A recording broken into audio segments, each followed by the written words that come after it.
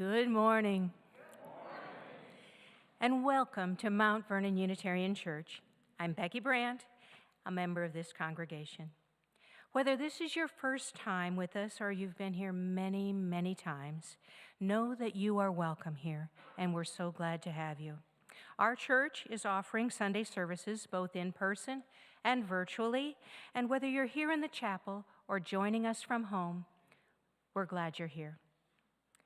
We gather to recommit ourselves to the mission of this church, to support one another in our spiritual journeys, to work for justice, to care for the earth, to build the common good. It is great to be together. This morning, our service is a little bit different. As you may know, Reverend Ian has taken ill and unable to be with us here this morning. In his stead, we will hear a wonderful sermon from UUA President Reverend Dr. Sofia Betancourt entitled Seeds for the New Year. This morning we have a special announcement from Carolyn Solenska, the chair of our nominating committee. So I'll ask her to come forward now.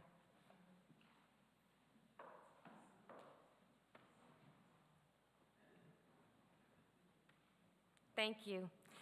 My name is Carolyn Slunska. I'm a member of this congregation, and this year I am serving as the chair of the nominating committee. And today we're hosting a table talk in the Commons after service. I'd like to introduce the rest of the committee in alphabetical order only. Sonia Bloom. Stand up, Sonia. There you go. Okay. Linda Bohannon. Brian Lounsbury is remote. Hello, Brian. Thank you. And Marianne Martz. So we were voted on by the congregation so that this year we put together a slate of people to present to the congregation to vote on to serve for the coming years.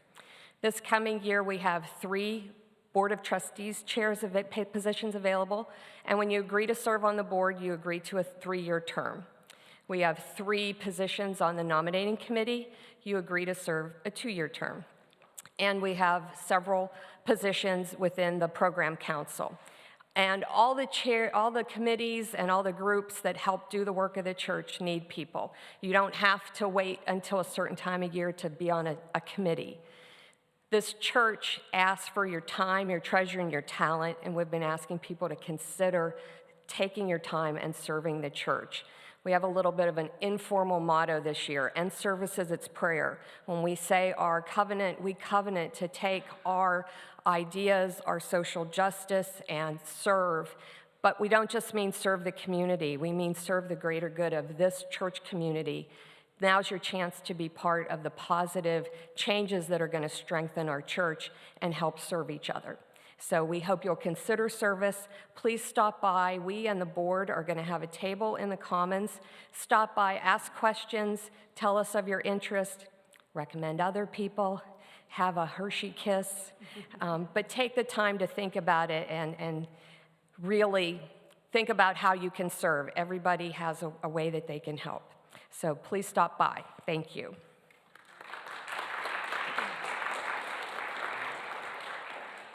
Thank you, Carolyn.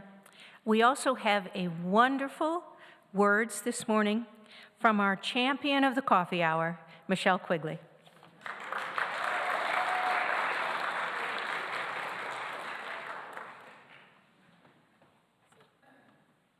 I have to try to adjust this a little bit there. All right.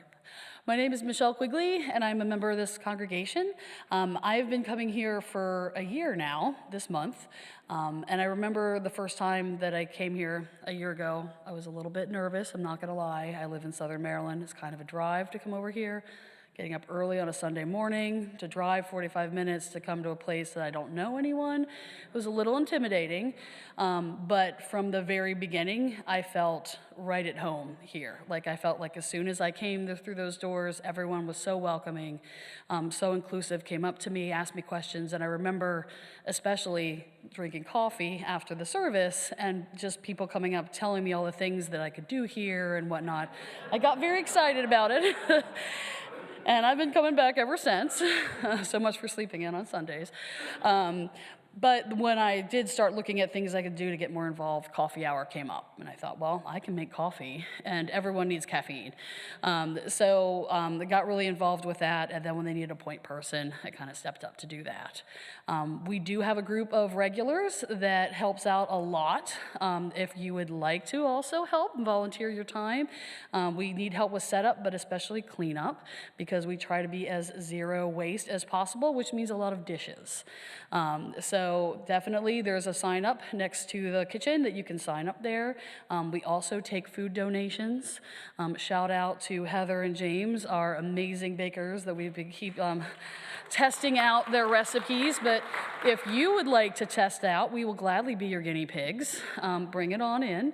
But we take food donations. We also take monetary donations. There's a little box out there if you'd like to help keep us in half and half and creamers and stuff.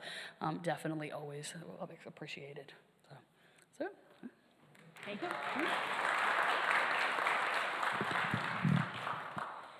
Welcome all. Now let us turn our hearts and minds to worship.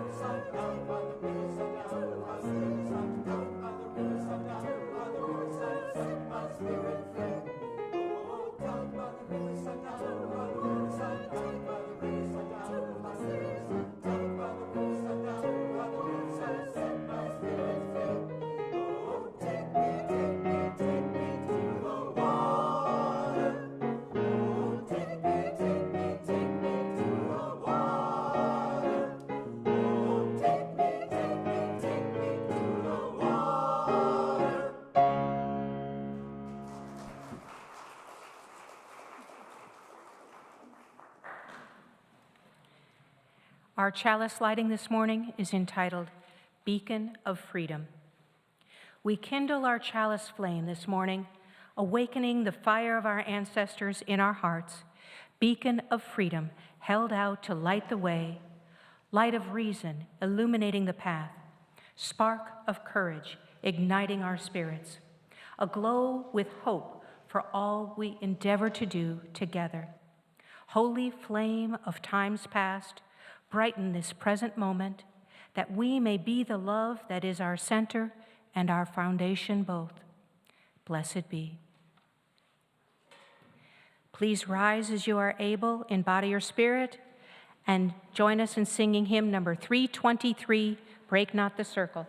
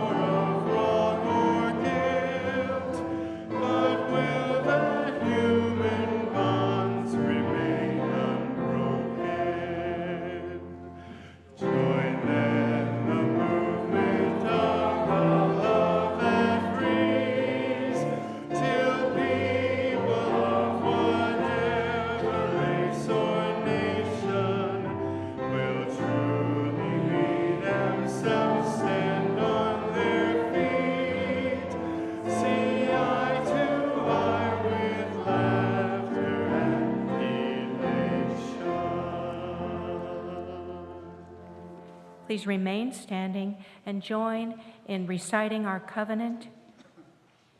Love is the teaching of this church. The quest of truth is its daily task, and service is its prayer. To dwell together in peace, to seek knowledge and freedom, to serve life in community, to the end that all souls shall grow in harmony. This is our covenant with each and with all.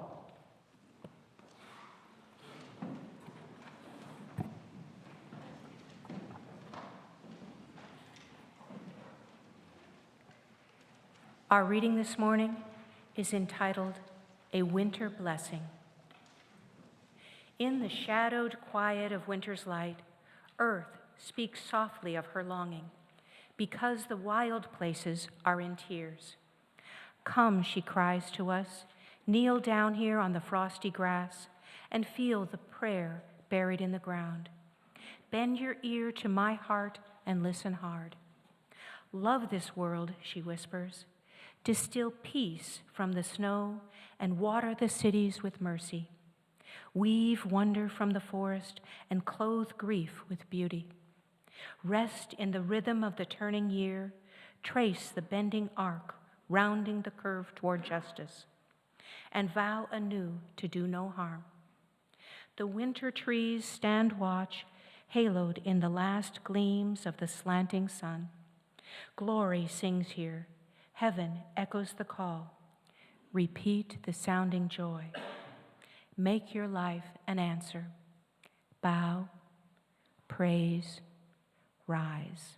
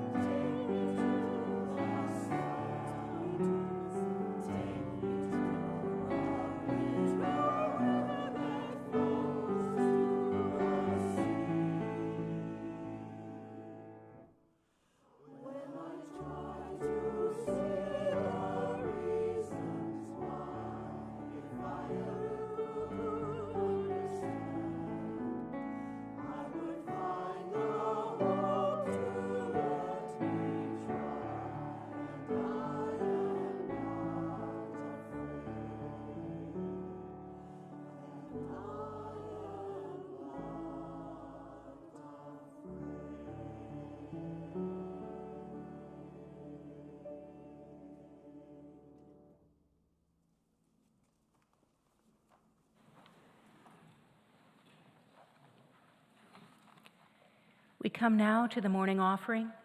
At this time, MVUC asks each of us to show our spiritual and material generosity.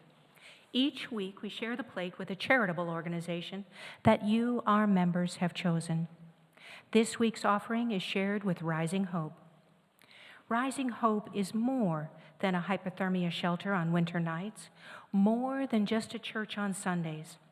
Volunteers and staff serve hot lunches several days a week, year-round, to homeless, low-income people in the Hybla Valley area. Twice a week, they run community food banks, and in the warmer months, fresh weekly produce distribution. People are welcome to sit in the dining room and use the restrooms and water fountain during church hours. The congregation's membership is drawn in a large part from its clientele. Because Rising Hope welcomes people for daytime respite, the church office is able to provide other services that are difficult to find for homeless people. Limited mail services, phone messages, and limited phone use for those that do not have cell phones is offered. These services lead to a long list of benefits for clients who need them. It gives clients a street address for mail concerning SNAP benefits, Medicare, Social Security, bank statements, bills, paychecks, and other matters of daily living. Rising Hope's street address is accepted by the Department of Elections for voter registration and by the Department of Motor Vehicles as one form of proof of Virginia residency. This allows clients to register to vote or to obtain or replace state photo IDs or driver's licenses. Having an ID, a Social Security card, and official mail address means that clients can apply for housing, medical insurance, SNAP benefits, open bank accounts, and look for employment. Being reachable by telephone means they can keep in contact with social service workers who are helping them work, look for housing, or with psychological issues. I invite you to contribute whatever you're most comfortable with to Rising Hope and to this church community. We are grateful for your donation. During the offering, you're welcome to come forward in silence to light a candle of joy or sorrow. Will the ushers please come forward?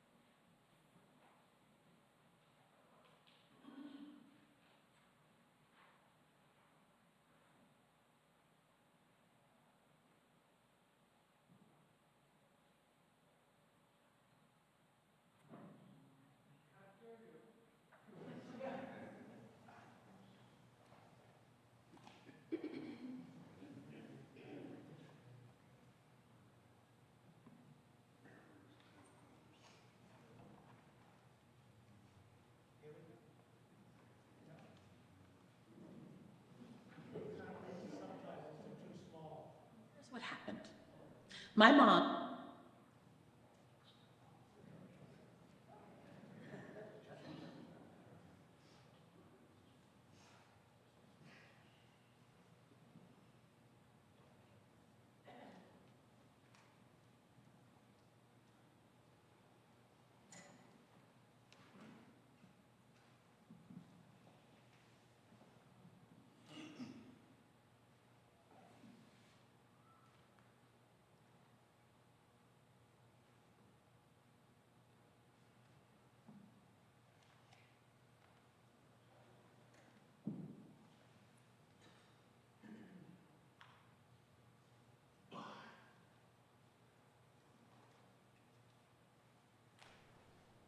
our story today is adapted from one of my favorite authors, Leah Lakshmi Piepzna Samarasinha, and it is called The Bridge of Flowers.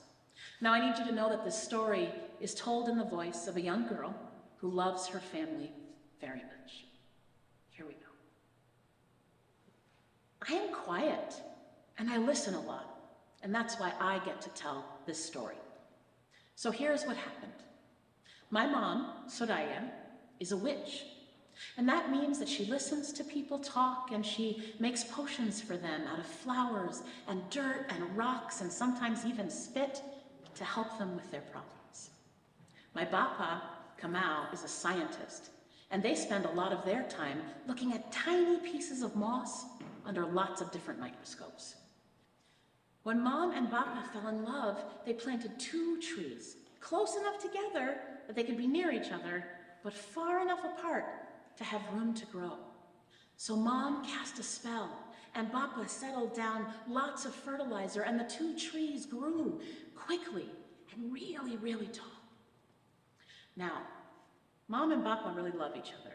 They don't always love living together. Right, Soraya has a tendency to leave crystals and lipstick and bacon grease everywhere. And Bapa likes clean counters so that the bacon grease doesn't end up in their experiments. They fight about this sometimes. Soraya thinks that bacon grease and crystals and lipstick are part of the magic. Bapa says clean counters are magical too. So eventually, Soraya and Kamau decided to live close together, but also apart. And they built houses, tree houses, in those very same trees that they planted when they fell in love. And most importantly, between the 2 houses, they wove a bridge of flowers so you could get back and forth whenever you wanted to. That bridge had roses and sunflowers. It had little yellow flowers whose names I don't remember. It had cactuses, one of which was the parent of my own personal cactus, Agnes. You'll hear more about her later. It was a beautiful bridge, and it allowed us to go back and forth whenever we wanted to see each other. Now, my sibling Kumar, after a while, added a skateboarding ramp to the bridge. They would go to the bridge, do an ollie, land on the ramp, go around and do the whole thing again. It kept our family woven together. Me, I stay inside often, and I journal, and I'm quiet. Sometimes outside is just too much. But late at night, when the whole world is listening, I like to sit in the middle of the bridge and breathe. Now, one day, times got really stressful in the world, and Mom tried to help more and more people, and she picked more and more flowers from the bridge for her potions. And Bapa, they were doing more work to try to clean the air, and they took more mosses and lichens from the bridge. They did this work to support the community, and they picked more flowers and more mosses and more lichens. And one morning, when we went outside, we saw that they had picked too much, and the bridge had collapsed. Mom and Bapa started fighting about whose fault it was. We just don't have time to deal with this. And they went back to work. This is something parents do sometimes when they're stressed. But Kumar and I didn't think this was okay. Some members of the community suggested that we didn't need a bridge. After all, Soraya had a ramp, Kamau had an elevator. It wasn't as if we couldn't get to each other. But Kumar and I liked the ease of back and forth. What if I left Agnes in the wrong house? What if Kumar needed their backpack? We decided something had to be done. Now, I don't always get along with my sibling, but we talked about it and we strategized and we came up with an idea. So I went to Mom's cabinet, you know, the one she doesn't lock because she trusts us? I took some of her magical honey and her special dirt and seeds, and Kumar took lichens and mosses from Bapa's lab. And we came and we brought our hands together and we thought about what we most wanted. We closed our eyes and we wished for that to come back into being. When we opened our eyes, the bridge was back, but it didn't just connect our houses. It connected our houses and our libraries and the place where Soraya and Kamal go for organizing meetings. It connected us to the shelter and the food bank and all around the community. And the bridge was beautiful. So we went to wake up Soraya and Kamal to show them what we had done, but they were already awake. They were up late, working on saving the world. But they came outside with us and saw the bridge, and it was good. So it turns out that I have magic too, even though I'm quiet. Or maybe because I'm quiet, I have magic. And it's good to live with people you love and to sometimes have enough space for yourself and for growth. And the truth is that sometimes when we least know what we're doing, it's when we are at our most magical. And that is the end of our story.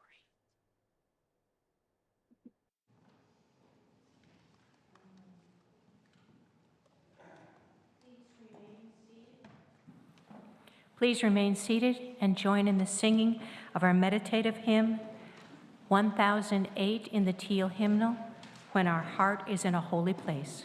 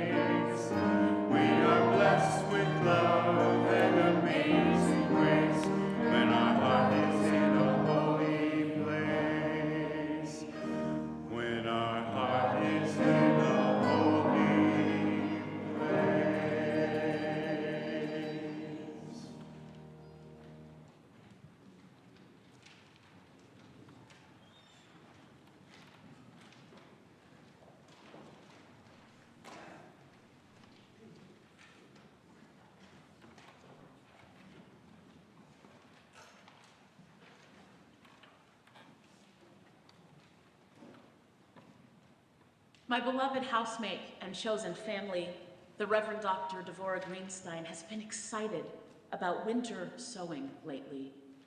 This is the practice of starting seeds outdoors in the winter months, long before most of us think about planting gardens. It's a fairly simple and practical idea. Most gardeners save plastic containers from around the house that we might otherwise recycle, and we prepare them with soil and seeds and lids so they can protect the potential that they house through the coldest months of the year. Why do we do this? Couldn't we look at beautiful pictures and seed catalogs instead and dream of all that we might plant in the spring months? I know that that has long been my personal practice. Why would we follow what for some of us are the winter holidays by tucking tiny kernels of life into unlikely spaces? I've decided to embrace this idea of setting seed long before signs of life will be visible as a type of leaning in to the new year.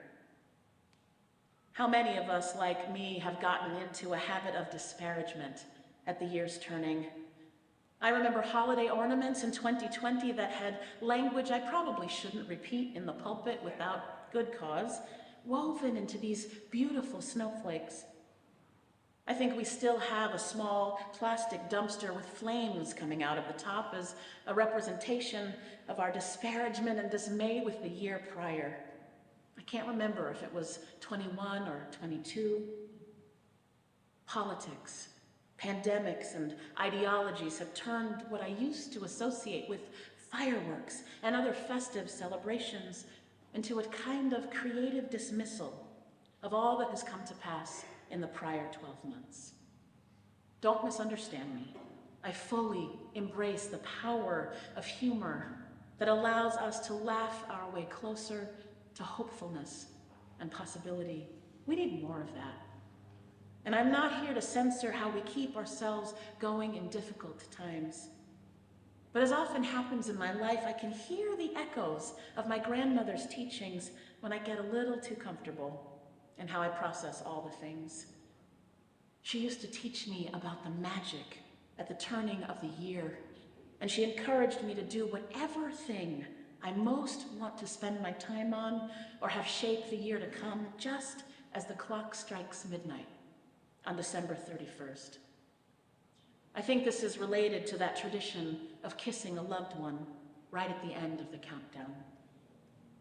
Her encouragement reminds me that even in those most difficult years of active quarantine in the face of this ongoing pandemic, there were beautiful things to be proud of that didn't belong in the dumpster fire, for all that it made us laugh in those isolating days.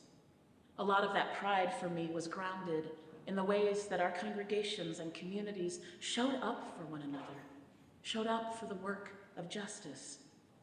It was grounded in my gratitude for our religious professionals, for our lay leaders and our national UUA staff as they pivoted and resourced and supported us through the unknown.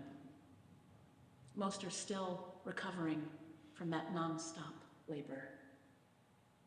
Beloveds, we leaned into community care in profound ways, and I am so proud of how we continue to do so, even as many of us, though not all of us, experience fewer restrictions in our activities than we did then.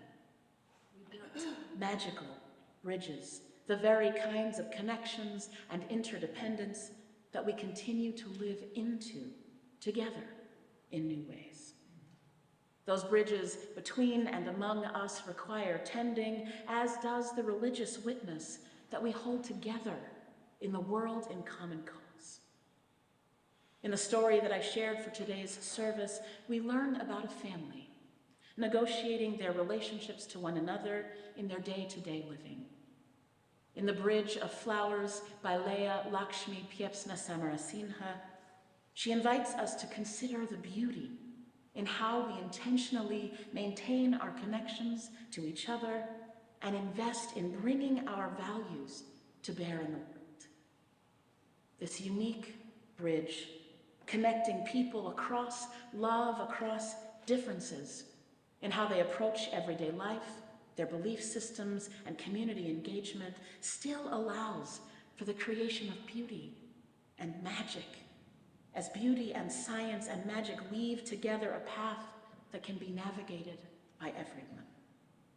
It keeps them connected to their children, to their people, keeps them connected even when stress seems to rob them of their joy.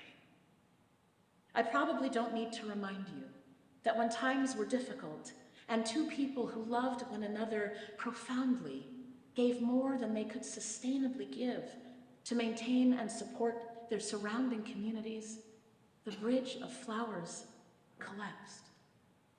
Not only did it collapse, but some outside of their nuclear family discouraged them from rebuilding the bridge. Soraya had a ramp after all, and Kamau had an elevator. It wasn't as if they could no longer reach each other with enough effort, but the love at the center of their living space was missing, and it took beauty and magic from unexpected places to reweave the interdependence that had long nurtured that family. I can imagine my grandmother telling those children to hold the seeds and the dirt and the honey and the spores together at midnight at the turning of the year. Of course, we still have time to set intentions or to weave magic for 2024, and the purposeful naming of what we most long to turn our focus toward feels important in this story. What are you most proud about from 2023?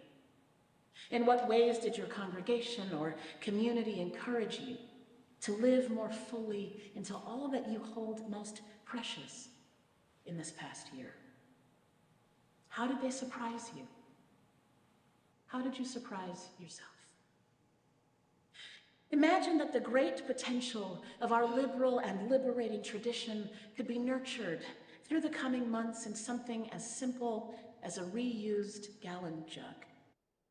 Maybe there is soil in the surrounding area that is already adapted to the climate where you live, or maybe you have collected seeds from plants that have grown more savvy about their surroundings over the years. I believe that our Unitarian Universalist faith is uniquely suited to the work of justice, to showing up for the rights and freedom of all. We have everything we need to respond to these times, even in moments of devastation or fear, even when bombs fall, even when ideologies of hatred and separation are lauded around the nation, even when the bridge that holds our hopes and dreams manages somehow to fall. There is a power and a hopefulness in how each one of us can set our intentions for the coming year and not wait on sun or bird song or better weather to do the work of new growth. Right? Earth itself can cradle our dreaming as we gear up for all that is yet to come. To put those kinds of efforts at faithful living into another kind of theological context, I want to remind us of the writings of the Reverend Kenneth Patton on the Temple of Beauty. I consider Patton one of our modern Universalist theologians whose draw to universal religion was such that he theorized the idea of a religion for one world, and he worked to bring it into being at the Charles Street Meeting House in Boston. This was Patton's commitment, the seeds he planted into the great potential of our faith. For Patton, universalism needed to be expanded. It needed to be made large enough to become an expression that included a universal humanity, universal peace, universal welfare, universal health, universal freedom, universal security, universal science and understanding. I can imagine him reweaving a bridge of flowers with these words from his 1964 book, A Religion for One World, where in trying to describe for us how we might learn to live together in community with all of humankind, he writes, "This is one world. You are one humanity. Live, therefore, in peace and till the garden of the earth. make your days and the years of your children a glad time upon the earth. Patton believed that religion, when drawn beyond the bounds of any one culture, any one expression, or any one group of people, contained within it the possibility of bringing into being all that is most right in the world. So here, goodness, freedom, justice, understanding, kindness, consideration, and the dismantling of discrimination and prejudice all reach their most noble, compassionate, and complete dignity, grace, and power. It's a lot to expect from one universal tradition. But Patton believed that the potential for this possibility lay within reach, if only we could learn and find good ways to describe it and to teach ourselves how to recognize it in its echoes through human art and human culture. Now, I know that we have learned a great deal about the dangers of trying to define one big T truth that is available for all people. Right? It's not the availability that is the issue. It's the likelihood that one dominant group's perspective will be elevated as the ultimate goal to the erasure of all other cultural and communal expressions. That is not what Patton is calling for. But still we know, right, to hold ourselves accountable to the impact of power in those scenarios. But what I most want to hold on to from Patton's thinking is the very practical idea that liberals need good language and ideals to describe the things that we most long to bring into being. Our very pluralistic approach to Unitarian Universalism can make agreeing on shared language difficult, and without it, it's hard to collaborate with one another or to hold on to all that we hold dear. For Patton, the highest ideal that we can strive for in all of our efforts is beauty. I don't think he meant that in a temporary or frivolous or vain kind of a way. He writes that unlike goodness or truth, words that we often lift as ideals in our tradition, beauty includes the highest expression of our values. Right? He argues that there can be truth that is not beautiful, goodness that is not beautiful, but that beauty as its core is both truthful and good. And he reminds us that every expression of beauty born of our human interconnections serves as a kind of prophetic witness to what might best heal this world. Patton calls us to build temples of beauty. For me, those would probably take the form of gardens, and to fill them with everything that will preach our greatest ideals on our behalf. So what beauty do you most want to call into being in 2024?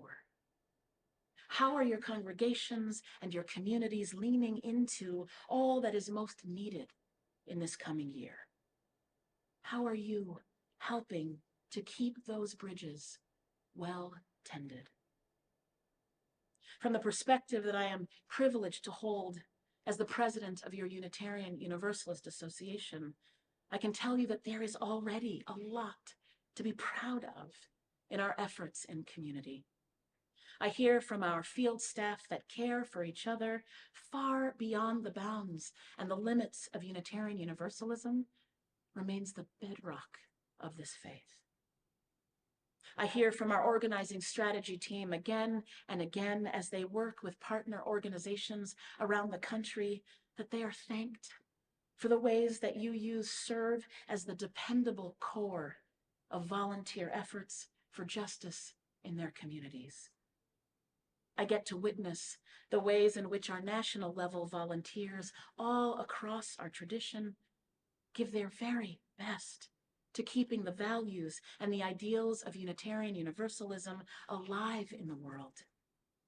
And sometimes I get to sit with a few of you in small groups where I'm told again and again how this faith saves lives.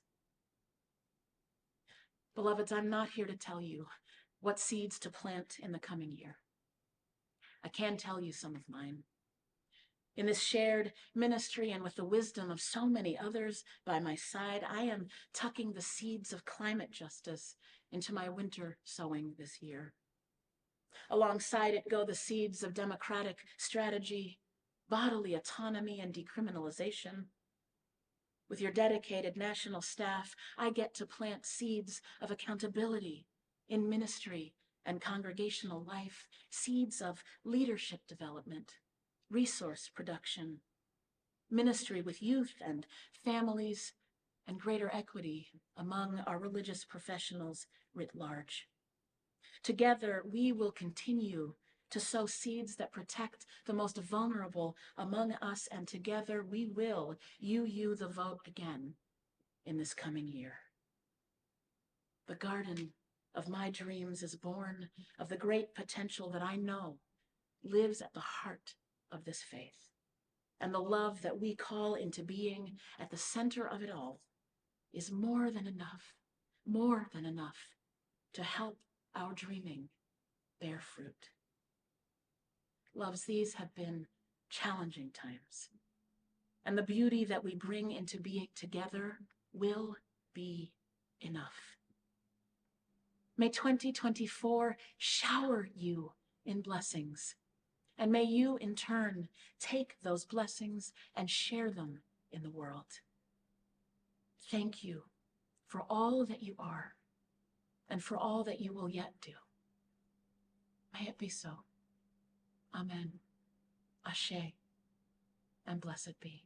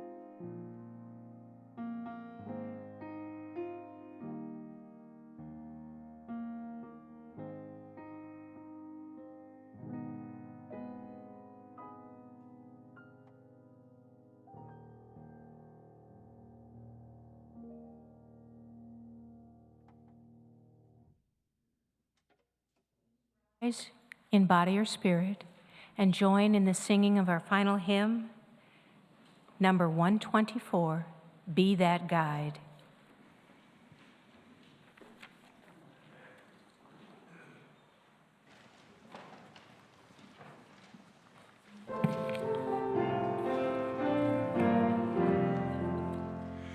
Be that guide whom love sustains, rise above all daily strife, lift on high the good you find, help to heal the hurts of life.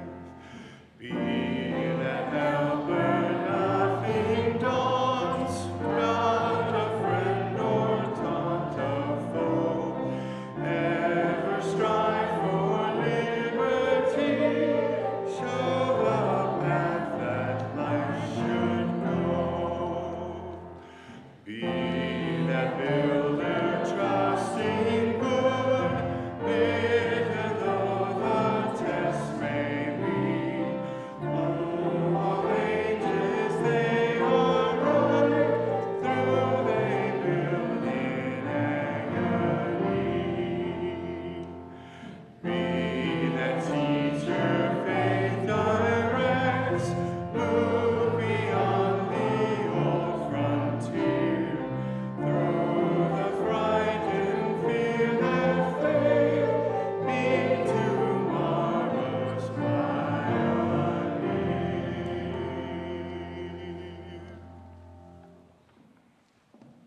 Please join in the words we use each week as we extinguish our chalice. We extinguish this flame, But not the light of truth, the warmth of community, or the fire of commitment. These we carry in our hearts until we are together again. Let us begin again in love, having let go, set our intentions, named our curiosity, committed our energies, and given ourselves over to lives of balance, purpose, and meaning. Let us begin again in love.